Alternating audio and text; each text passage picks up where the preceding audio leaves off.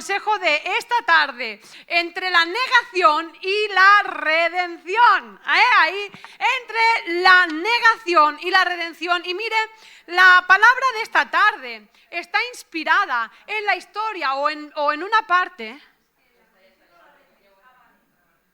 Yo lo he titulado Entre la negación y la redención. ¿Sí? Y la palabra, mire, de verdad, es que ya salgo, me están corrigiendo, hermanos, pero yo me activo en la palabra de la pastora de esta mañana y desato el perdón en el nombre de Jesús. Es broma. Me he inspirado en la historia de Pedro, ¿saben? Una parte de la historia de Pedro. Realmente usted si ha escuchado o ha leído alguna vez la historia de Pedro. Pedro es una persona muy interesante, yo creo que era un personaje muy interesante.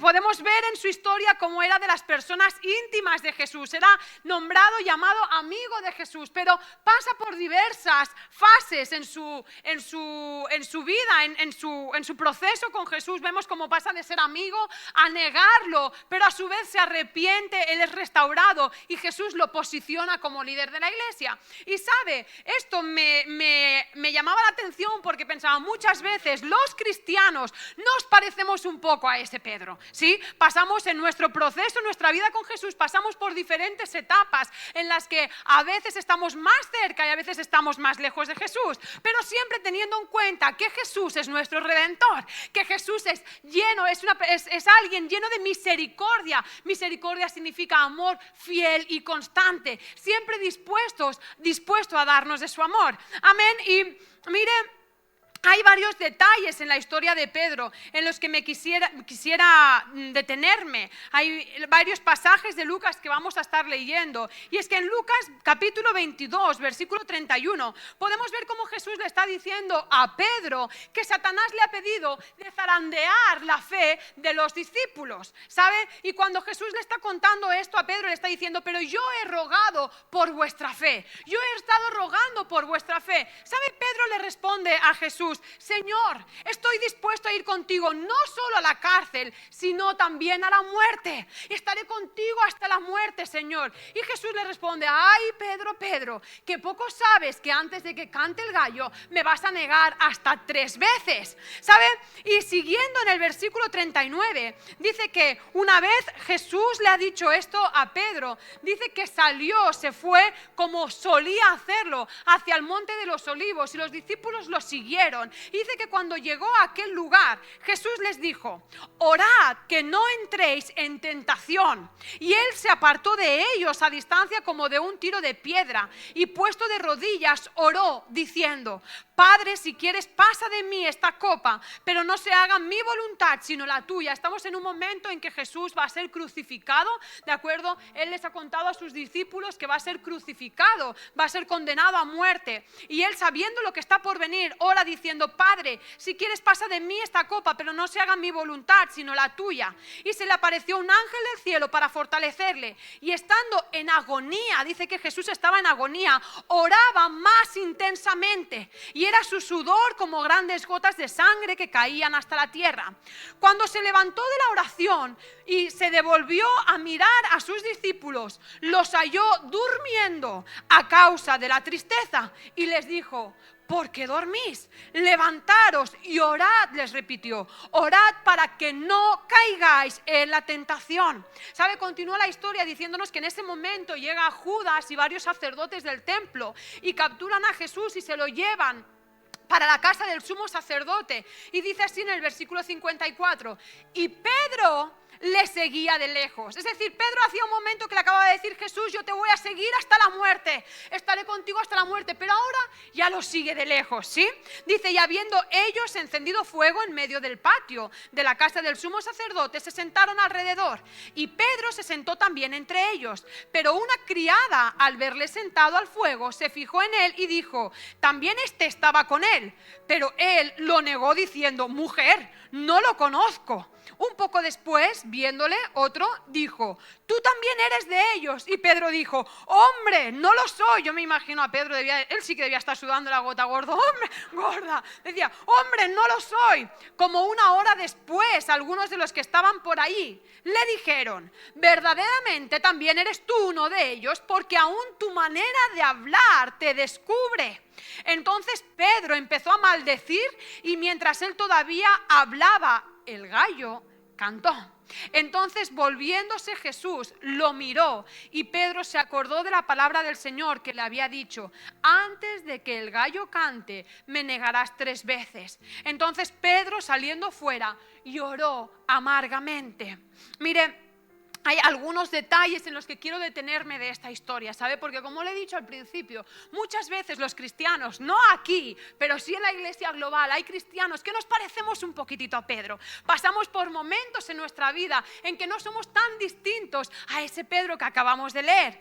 El primer detalle en el que me quiero detener es la debilidad de Pedro, iglesia. Mire, podemos ver cómo Jesús, seguido de sus discípulos, decide subir al monte de los Olivos para orar frente al momento de angustia que él estaba atravesando. Él sabía que lo iban a crucificar, que él iba a ser maltratado, ultrajado, que le iba a doler todo aquello que le iban a hacer. Decide orar por el momento de presión que iba a pasar. Pero no solo él decide orar, sino que les dice a sus discípulos: orad vosotros también para que no caigáis en la tentación. Mire, el mismo Jesús dice que cuanta más presión estaba sintiendo, cuanto más dolor por aquello que estaba por suceder le estaba sintiendo, dice la Biblia que con más intensidad oraba, iglesia. Y él les decía a sus discípulos: orad para que no caigáis en la tentación. Pero cuando se giró, los discípulos estaban dormidos. Y nos dice la Biblia que dormían a causa de la tristeza que ellos estaban sintiendo en ese momento por lo que iba a suceder. Ahora bien, iglesia, adapte esto a nuestra vida. ¿Cuántas veces nos dormimos espiritualmente cuando viene un problema o momentos de presión en nuestra vida, iglesia? ¿Cuántas veces vienen momentos de presión en nuestra vida que no esperábamos? Y en vez de ponernos más fuertes con el Espíritu Santo, más fuertes con la palabra de Dios, decidimos dormirnos espiritualmente. Nos alejamos de la iglesia. ¿Cuántas veces, mientras todo parece ir genial, todo me sonríe, todo es bonito, vamos a la iglesia? Somos los cristianos más fervientes, los más comprometidos, servimos con toda la ilusión a Dios. Pero ay, que venga esa noticia que no esperábamos, que venga esa desilusión, que venga ese momento de presión en nuestra vida, porque entonces, ¿para qué voy a ir tanto a la iglesia? Si total, el milagro que estoy esperando no sucede. ¿Por qué llevo 3 años orando, creyendo por este milagro y no sucede? Mira, ¿sabes qué? Voy a dejar de orar por ello. Evangelizar, salir a la calle, decir que soy cristiano, que Dios tiene una mejor vida para ellos. ¿Para qué? Si total, ¿de qué sirve? Ya lo hará otro. Y vienen momentos de presión en nuestra vida y decidimos hacer como los discípulos, dormirnos, porque es demasiado cansado tomar el camino de la oración, tomar el camino de llenarnos de la palabra. Y fíjese, iglesia, hay algo que me encanta en la Biblia, que nos muestra años atrás de todo esto, años atrás de que Jesús fuera crucificado, de este momento del que estamos hablando. Dice que Jesús, después de ser bautizado por Juan el Bautista, dice que él se fue para el desierto, y dice que estando en el desierto empezó unos cuantos días de ayuno, y dice que en su momento más vulnerable llevaba 40 días sin comer, sin beber, él estaba ayunando, y dice que en aquel momento el diablo se le apareció y lo tentó. Dice que el diablo tentó hasta 3 veces a Jesús. Y ¿sabes? Todas estas 3 veces, ¿sabes cómo le contestó Jesús frente a la tentación? ¿Sabes qué le dijo? Escrito está. ¿Sabes? Jesús no le dijo al diablo: oye, diablo, ¿en serio te atreves a venir a tentarme a mí? Pero si soy Jesús, ¿en qué momento te has confundido? Mira que yo soy el enviado de Jesús, a mí no me vayas a tentar. No, Jesús no rehusó a la tentación del diablo, ni con sus dones, ni con sus talentos, ni con su saber hablar. Jesús rehusó la tentación del diablo con la palabra, iglesia, con la palabra. ¿Sabe? Yo no sé el nombre de su tentación. Tal vez su tentación sea el desánimo que está llamando a la puerta de su corazón. Tal vez sea un problema de salud que está llamando a la puerta de su corazón y usted está empezando a desanimarse, está empezando a titubear su fe, de decir: ¿será verdad que Dios quiere sanarme? ¿Será verdad que hay una mejor vida para mí? ¿Será verdad que viene este trabajo para mí? Tal vez la tentación es un vicio con el que lleva años luchando, pero no hay manera de que lo suelte. Iglesia, tal vez su tentación, aquello por lo que Dios le está diciendo. Sigue orando, como le dijo a los discípulos. Tenga el nombre de ansiedad. No sé cómo se llama el nombre de su tentación, pero lo que sí sé es que la clave para vencer la tentación y que usted no caiga es estar lleno de la palabra de Dios y lleno del Espíritu Santo. ¿Saben? Ayer cuando pensaba en eso me venía una imagen en la cabeza. Cuando usted coge una esponja y la rellena de agua, bien empapada de agua, y le da un golpe, ¿qué supura de la esponja? Agua, porque la esponja está llena, rellenita de agua. Lo mismo es en su vida, iglesia. Si usted se llena del Espíritu Santo, cuando vengan golpes en este mundo, cuando venga el diablo e intente golpear su vida, saldrá la palabra de Dios. Saldrá la palabra de Dios. Jesús dijo: diablo, escrito está. Escrito está. Y con la palabra venció la tentación, iglesia. ¿Sabe? El segundo punto, el segundo detalle en el que quiero detenerme es el peligro del exceso de confianza. Mire, Pedro creía que nunca iba a fallar a Jesús. Él estaba convencido que era un amigo de Jesús y jamás lo iba a fallar. De hecho, le dijo: Jesús, yo iré contigo hasta la muerte. Estate tranquilo, ya puede venir el diablo a zarandearme como el trigo. Como dice la Biblia, que el diablo le dijo a Jesús: voy a ir y voy a zarandear a tus discípulos como al trigo. Pero no, Jesús, yo voy a estar contigo hasta la muerte. Pedro estaba convencido de que jamás iba a fallar a Jesús. ¿Saben? Pedro no era considerado solo seguidor de Jesús, sino que dice en la Biblia que era de su círculo más íntimo, del círculo más íntimo de Jesús. Pedro lo seguía a todos lados. Pedro incluso servía a Jesús, iglesia. Pero llegado el momento de la persecución, no solo empezó a seguirle de lejos, como hemos leído, sino que en el momento de más presión, Pedro lo negó. Mire, ¿cuántas veces, iglesia, nosotros... Ay, Dios mío, ¿cuántas veces, iglesia, nosotros hacemos lo mismo, iglesia? ¿Cuántas veces, iglesia, con nuestros actos estamos negando a Jesús? ¿Sabe? Venimos a la iglesia, levantamos nuestras manos, disfrutamos del tiempo de alabanza, disfrutamos del tiempo de adoración, pero cuando salimos empezamos a criticar el mensaje del pastor. Estamos negando a Jesús, iglesia. ¿Cuántas veces venimos, incluso servimos en la casa de Dios? Estamos sirviendo en la casa de Dios y llevamos años sirviendo en la casa del Señor, pero levantamos tan fácilmente nuestro dedo para juzgar al prójimo, iglesia. Estamos negando a Jesús, iglesia. ¿Cuántas veces decimos: bueno, va, yo hago de todo por Jesús, me desvivo por Jesús? Me pregunta algo el jefe y sé que si le digo la verdad, no le va a gustar, y suelto una mentirijilla. Déjeme decirle, iglesia, con estos pequeños actos usted está negando a Jesús. El exceso de confianza, el exceso de rutina, el exceso de familiarizarnos con la presencia de Dios, iglesia, hace que en cositas que nos parecen tan pequeñas, tan insignificantes, con nuestros actos cotidianos lleguemos a negar a Jesús como Pedro llegó a negarlo, iglesia. Pero sabe, hay un detalle, me vas a tener que comprar otro iPad porque esto está un poco loco, o sea, se me está yendo para arriba, para abajo. Mira, ahí lo tienes. Seguimos, para cuando no sepas qué regalarme, está ya viejito. Vamos ahí, hay un detalle en esta historia, iglesia. ¿Sabe? Dice que la tercera vez que Pedro negó a Jesús, la tercera vez que denunciaron, que le reprocharon a Pedro: oye, Pedro, tú eres uno de ellos. ¿Sabe? Dice que Pedro dijo: ¿pero qué es lo que estáis diciendo? Y dice que saltó una mujer, atrevida la mujer, y le dijo: oye, deja de negarlo, Pedro, si hasta tu forma de hablar te delata. Le dijo: hasta tu forma de hablar te delata que eres uno de ellos. ¿Sabe, iglesia? Cuando un cristiano tiene un encuentro o ha tenido alguna vez un encuentro genuino con el corazón del Padre, esto se nota. Esto, iglesia, se huele.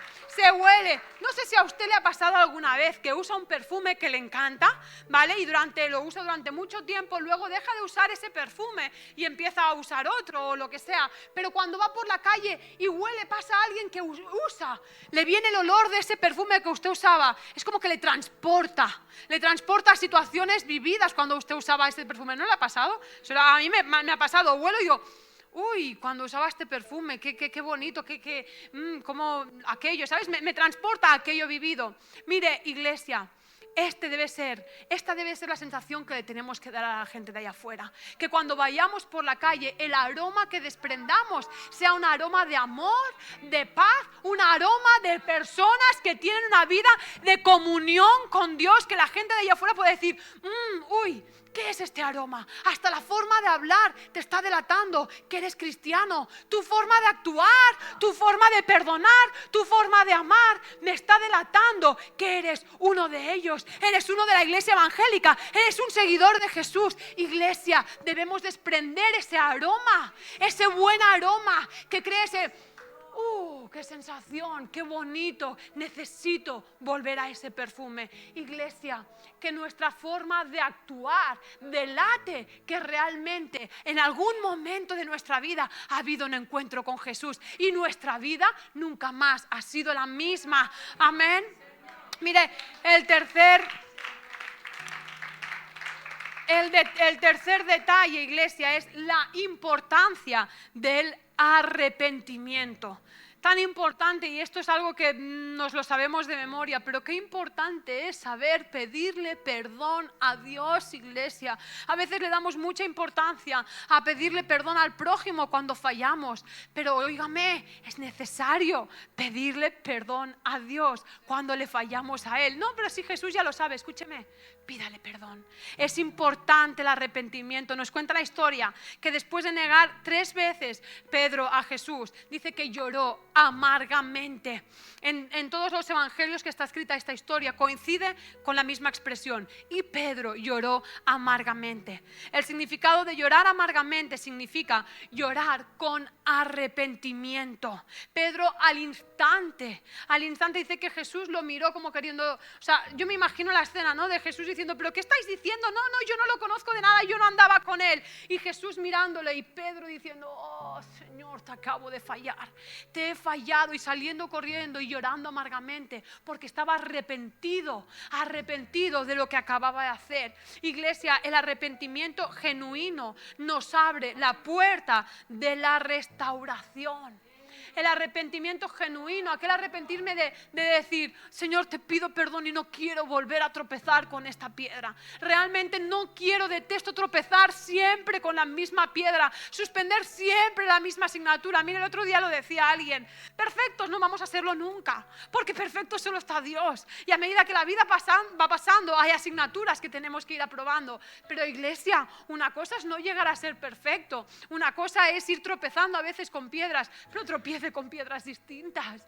Apruebe, pase la asignatura del perdón, la asignatura de la envidia, la asignatura del odio. Vaya aprobando, vaya avanzando, vaya evolucionando en su vida espiritual.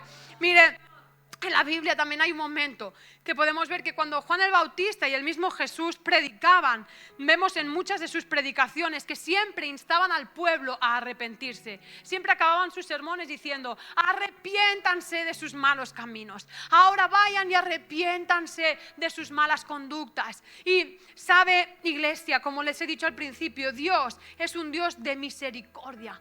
Misericordia significa amor fiel y constante. Es decir, amor que no depende de nuestros actos.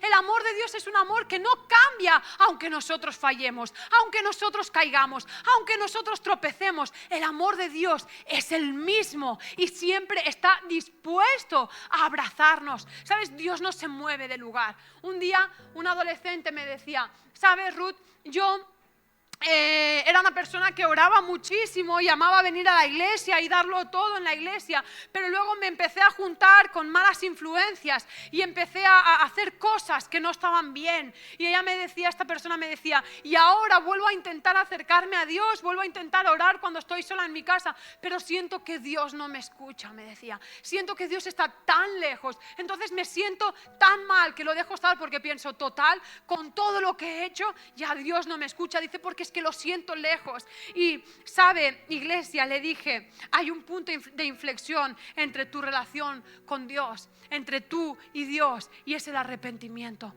Hasta que no te acerques y le pidas perdón genuino, perdón de decir, no quiero volver a fallarte, no quiero volver a tropezar en esa piedra, vas a sentir tan interior.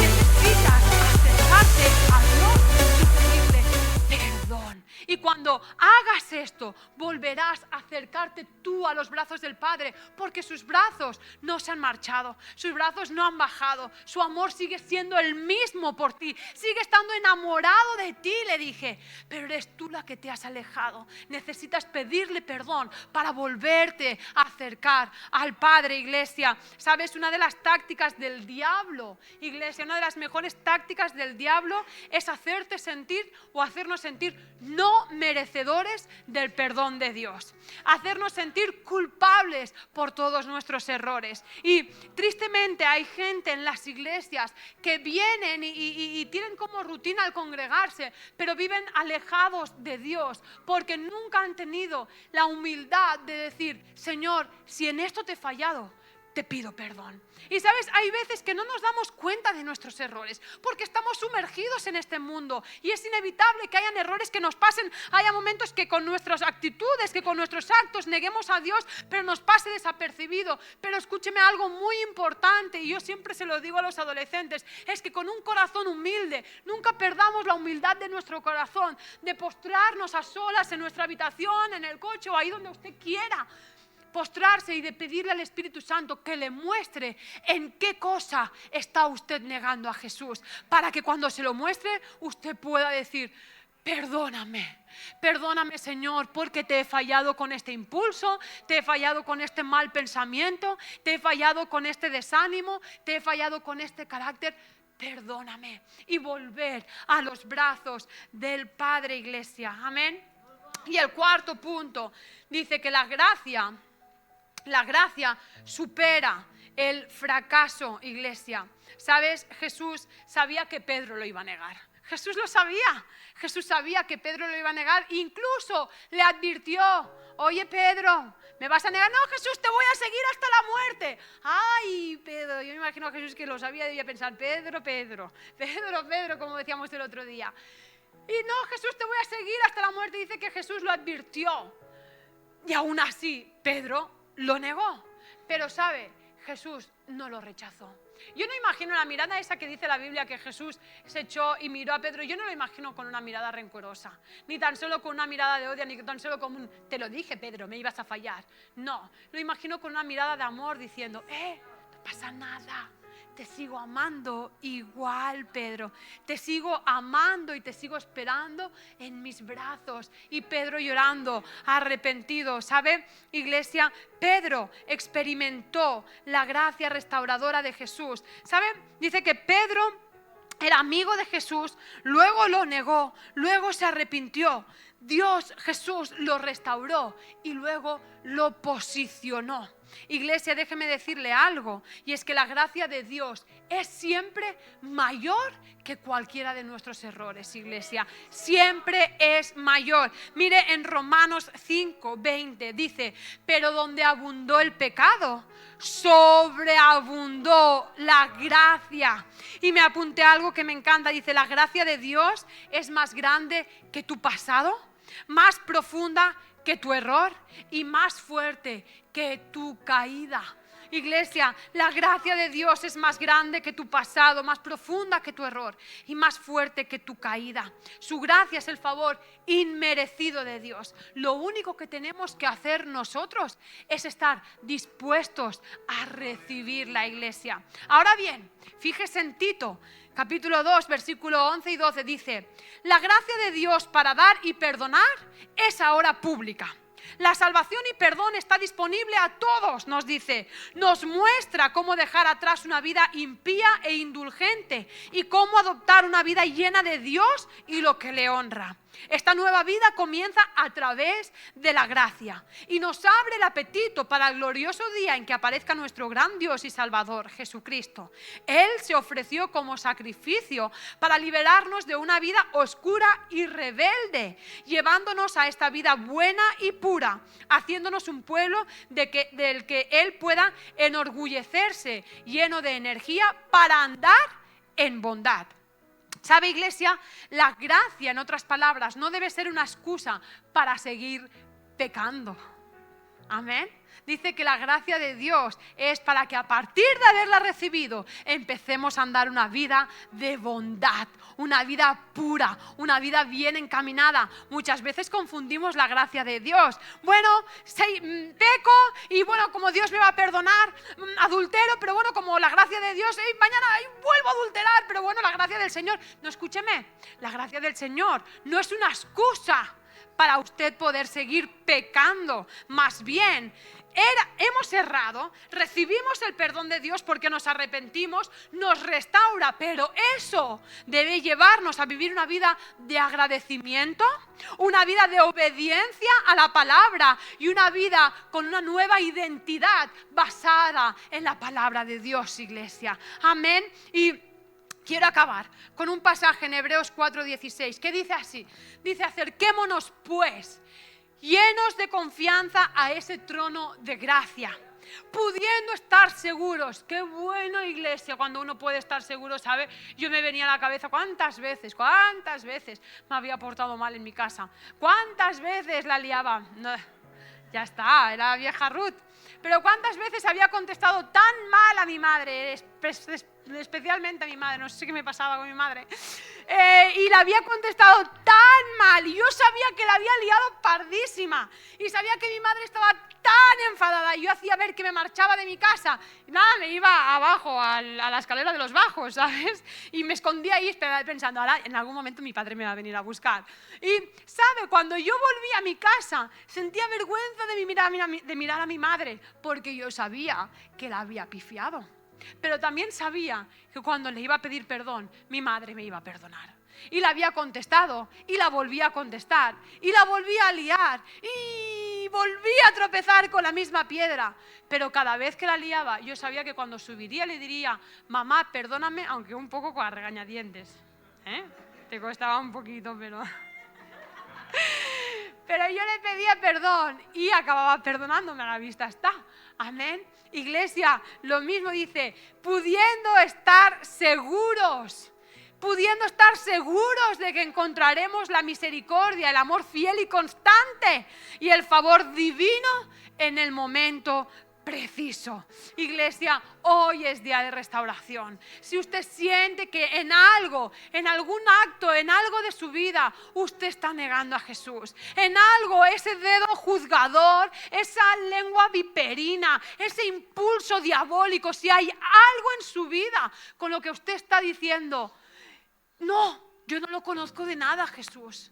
Si en algún acto usted está negando a Jesús, déjeme decirle que hoy Jesús le está mirando y le está diciendo: Ruth, ¿me amas?